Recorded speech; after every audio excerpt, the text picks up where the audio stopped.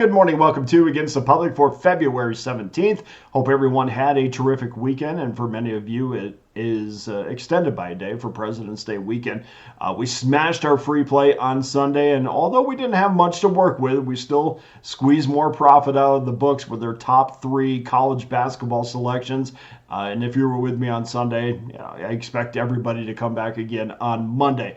Let's check in on our all-access numbers, and we head to a very short card on Monday, just college basketball, but two hockey games in the Four Nations tournament. If you haven't seen this tournament yet, please do yourself a favor and get involved. This video is being recorded Sunday night, so not every result is reflected in these numbers, although our card is done for Sunday. Our 30-day total, and this is all access total, it just continues to produce insane numbers over the last 30 complete days. 59% winners, 3,911 units won. That's number one at pickdawgz.com. Overall, we're on a 119-78 run, 60% winners, 3,537 units won, and 85-41 on our overall totals. That's also 68% winners. We just continue to dominate the books, guys. So if you're not an all-access customer yet, please consider doing so. It's an incredible run. I'm Dana Lane. Thanks for joining me. Before we get to your free selection, let's take a look at how Monday's all-access card is shaping up. And as I said, it's one of the shortest college basketball cards on the schedule. Just 3 games, but we do have those 2 hockey games also. We will start things off with Duke and Virginia. Looks like we're going to have a wager on the total, which should be pretty good news considering we're 58-28 in college basketball. Total 674 win percentage, over 2,600 units won, and 61-36 overall run. 63% winners, 2,111 units won overall. Over the last 30 days, customers are 67-44, 60% winners, 1,840 units won, and 57% winners. Over the last 90 days, good for over 3,100 units. And this entire season, 56% winners, 3,125 units won. That is absolutely the consistency that you and your money deserve. So please join me on Monday. Back to the Four Nations tournament.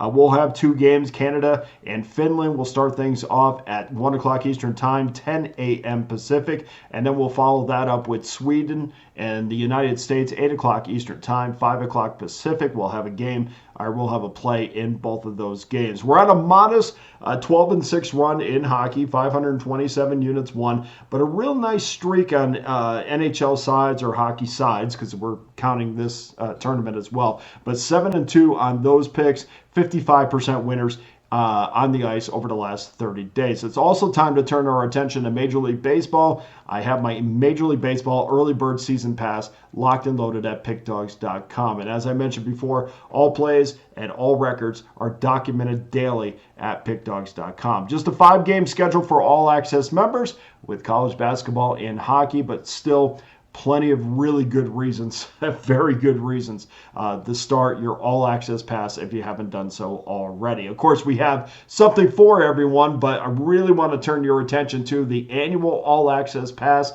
People have been eating this thing up, and it's good because you sit back and relax with one handicapper. You don't have to worry about bouncing around, and you can get my annual all-access pass for just $4.11 a day. Gives you every play that I release from now to this time next year, and that includes the entire Major League Baseball season, the NFL season, the college football season, right up until this point in college basketball, the NHL, NBA. So, I mean, you get the idea. $4.11 a day gives you every play that I release.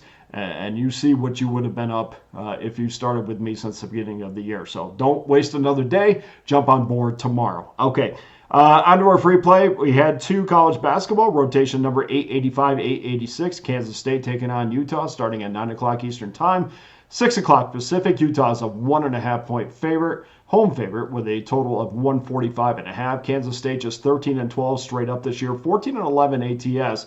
14-11 to the under. The Wildcats just broke a 6-game win streak after dropping a 15-point decision against BYU as an 8-point dog.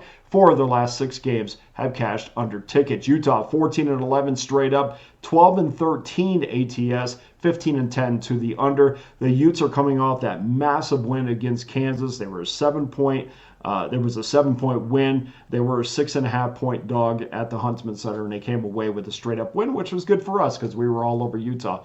They have failed to cover 5 of the last 8, so don't get so excited about that win against Kansas. And that's the one thing I always guard people against is, that was a great win. Now you have to not only beat your next opponent, but you have to get up to that level emotionally again. And after a big win, sometimes it's difficult. So we'll see where we're going to go in this.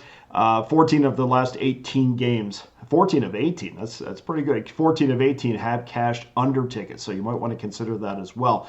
My gut tells me that we're going to be looking at a trap number here. I see the 1.5. I saw it bounce up to 2.5 for a second. But then I kind of reminded myself, look, how do I really feel about Kansas? Kansas has failed to cover 8 of their last 10 games and 6 of their last 9 on the road. So it's not maybe that big of a surprise. Maybe if you don't follow it, it's a little bit of a surprise because Kansas, of course, is a blue blood program, but it's not that big of a deal when you look at the numbers. And the difference between odds makers and most of us is that they use algorithms that don't include emotion. And that's the one thing, successful professional bettors are able to separate themselves from the emotion of the game. So they don't really carry one result into the next. You've heard this 100 times where I've said, don't worry about what you just saw, anticipate what you're going to see. And it has nothing to do with the previous game in most cases. But when you're in control of your bankroll, you'll know it because emotion will be completely taken out. I cannot wait to see how the public is going to land on this. We have seen, as I mentioned, this got pushed up briefly to 2.5. Professional money came in at the MGM in New Jersey on Utah. And then we saw a counter wager also at MGM, this time in Michigan, that pushed that number back down to 1.5, where it's at right now. Another reason why this number might look a little off to you is this is a must-win situation for the Wildcats. They started their Big 12 schedule in horrendous fashion.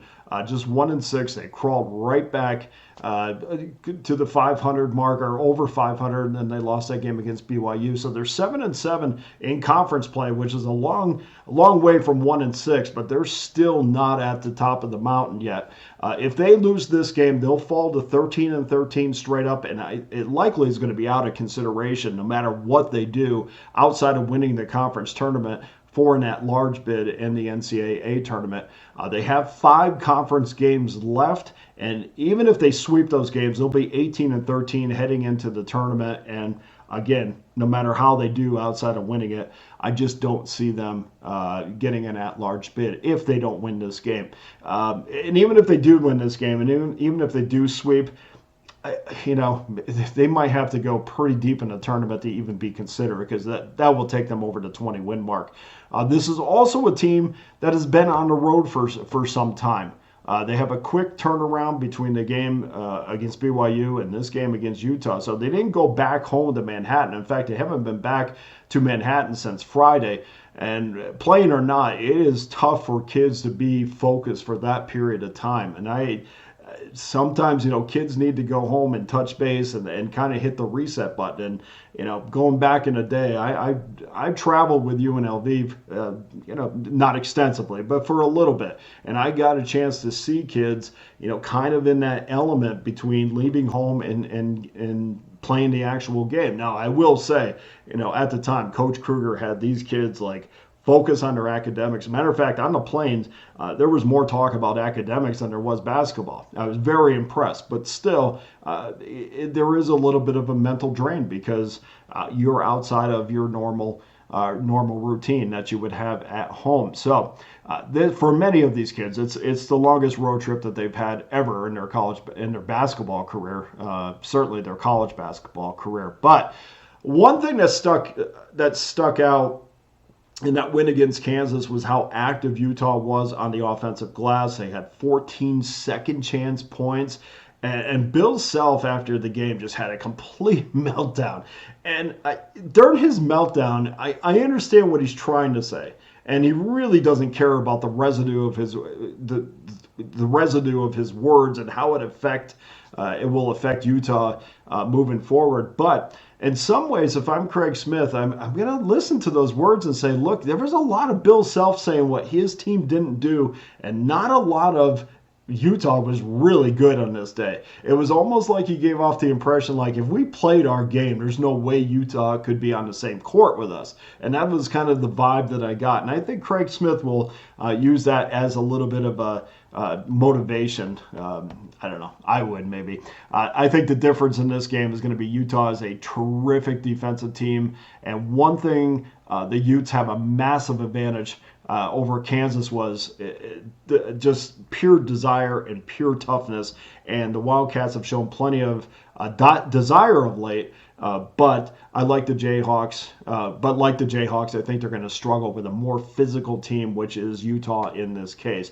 This number scares me. I will not lie. I thought I was going to see a little bit bigger of a number, maybe that 4.5 range. But ultimately, especially when this is a free play, it's not a premium play.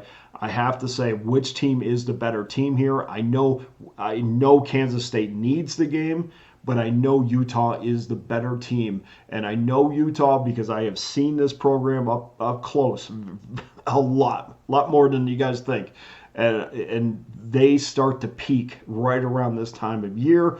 I know it's a tough spot for them, but I'm going to go with Utah -1.5 as your free play. So go to pickdawgz.com right now. Every individual play, every discounted long-term pass is locked and loaded, including my annual all-access pass, just $4.11 a day. Thank you so much for joining me every day. It's been an honor to talk with you guys on the YouTube channel and all the nice comments and emails and all that.